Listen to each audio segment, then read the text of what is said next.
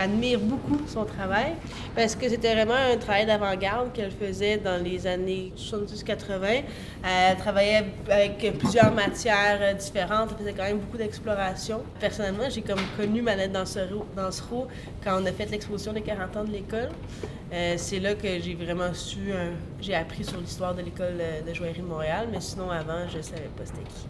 Donc, je ne peux pas dire que mon travail est influencé par Madeleine, mais je trouve que c'est un travail qui est extrêmement contemporain. Quand on regarde les œuvres qu'elle fait, c'est des œuvres qui sont encore très actuelles.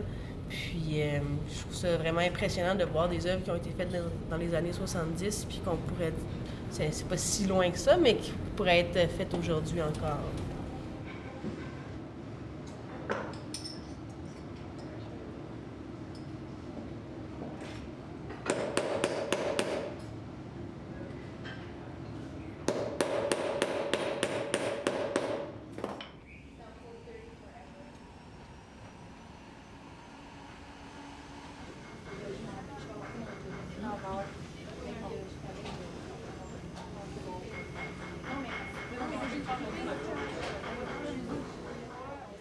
C'est sûr que c'était féministe parce qu'à cette époque-là, il n'y avait pas de femmes joaillières. Moi, quand j'ai commencé à prendre des cours, quand je l'ai connu, les hommes étaient pas très ouverts. Les maîtres qu'il y avait à Montréal étaient tous des Européens, puis en Europe, il n'y avait pas de femmes joaillières.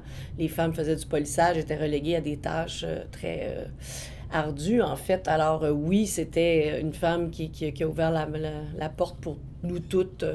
Femme joaillière et c'est ça, c'était très difficile de se faire reconnaître vu que son art n'était pas non plus très reconnu. Là. Une femme qui faisait des bijoux en papier, c'était assez, pour la plupart des gens, incongru et difficile à comprendre. Alors oui, il y avait du féminisme dans le sens que non seulement elle était femme, mais en plus, elle avait des horizons qui étaient qu'elle a ouverts pour toute la population du Québec, pas juste les femmes.